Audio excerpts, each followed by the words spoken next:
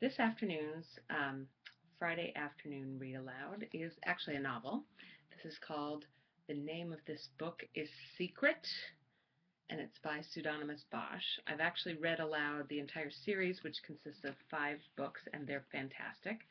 What I appreciate about the way that Pseudonymous Bosch, whose pseudonym I love, goes about writing is it's very arch and humorous and reminds me in some ways of Lemony Snicket without it being quite so grim. So I'm just going to read you the first beginning part. The name of this book is Secret by Pseudonymous Bosch.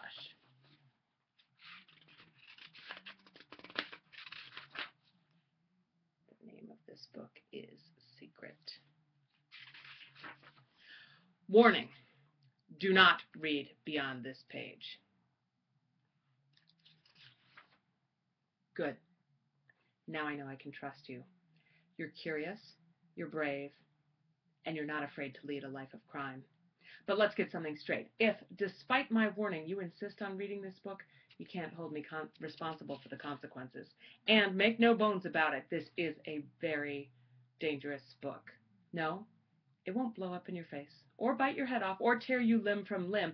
It probably won't injure you at all, unless somebody throws it at you, which is a possibility that should never be discounted. Generally speaking, books don't cause much harm, except when you read them, that is. Then they cause all kinds of problems. Books can, for example, give you ideas. I don't know if you've ever had an idea before, but if you have, you know how much trouble an idea can get you into. Books can also provoke emotions, and emotions sometimes are even more troublesome than ideas. Emotions have led people to do all sorts of things they later regret, like, throwing a book at someone else. But the main reason this book is so dangerous is that it contains a secret. A big secret. It's funny the way secrets work. If you don't know about a secret, it doesn't bother you. You go about your business without a care in the world. La, la, la, you sing. Everything's fine and dandy. Maybe you don't actually sing la, la, la, but you know what I mean. But as soon as you hear about the secret, it starts to nag at you. What is this secret, you wonder? Why am I not supposed to know about it? Why is it so important? Suddenly, you're dying to know what the secret is. You beg, you plead, you threaten, you cajole, you promise never to tell anyone else. You try anything and everything.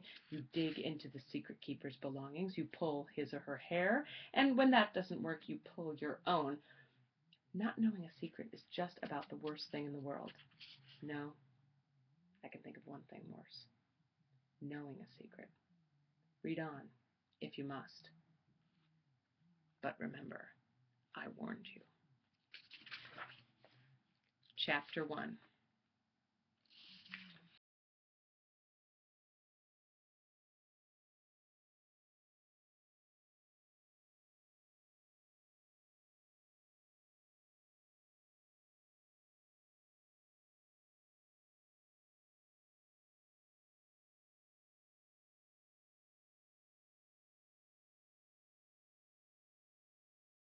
It's an apology.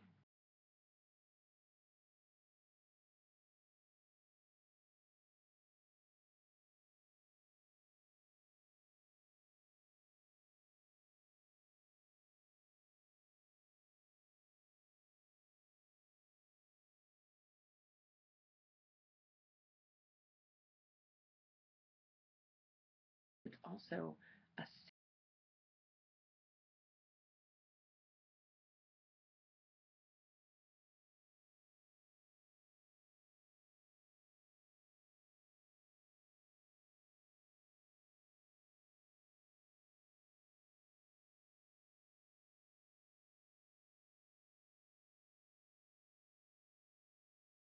or their friends or their favorite television shows, or if they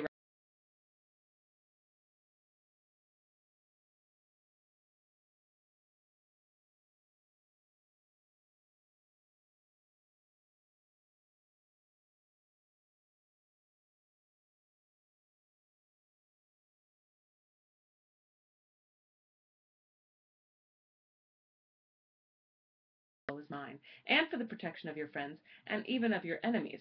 You know, those ones you say you want to kill, but in the end you'd rather keep alive.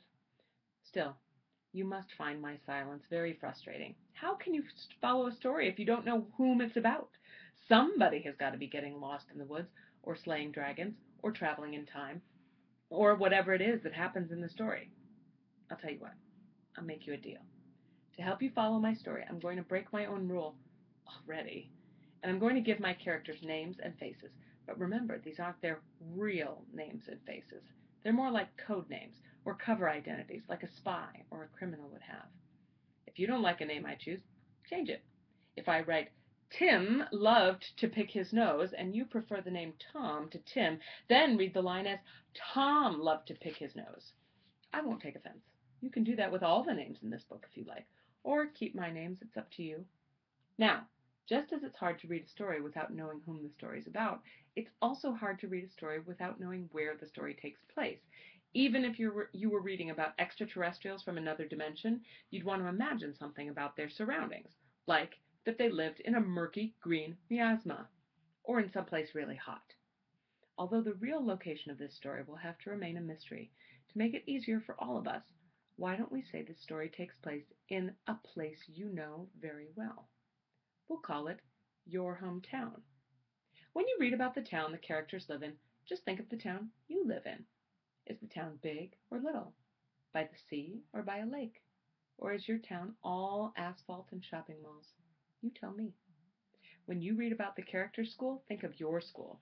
Is it in an old one-room schoolhouse or in a bunch of double-wide mobile homes? You decide. When they go home, imagine they live on your street, maybe even in a house right across from yours. Who knows? Maybe your street is where the story really takes place. I wouldn't tell you if it was, but I couldn't tell you for certain that it's not. In return for all the freedom I'm giving you, I ask only one favor.